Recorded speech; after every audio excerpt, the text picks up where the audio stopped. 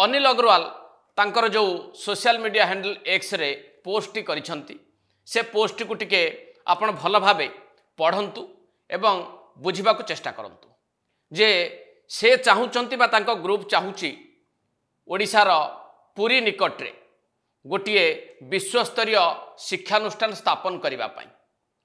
तार कारण होउची भारत रो अनेक छात्र छात्री एबे भी विदेश को पाठ पढ़िबा को जाउछंती एवं ताहा पर्याप्त हेई पारु नाही।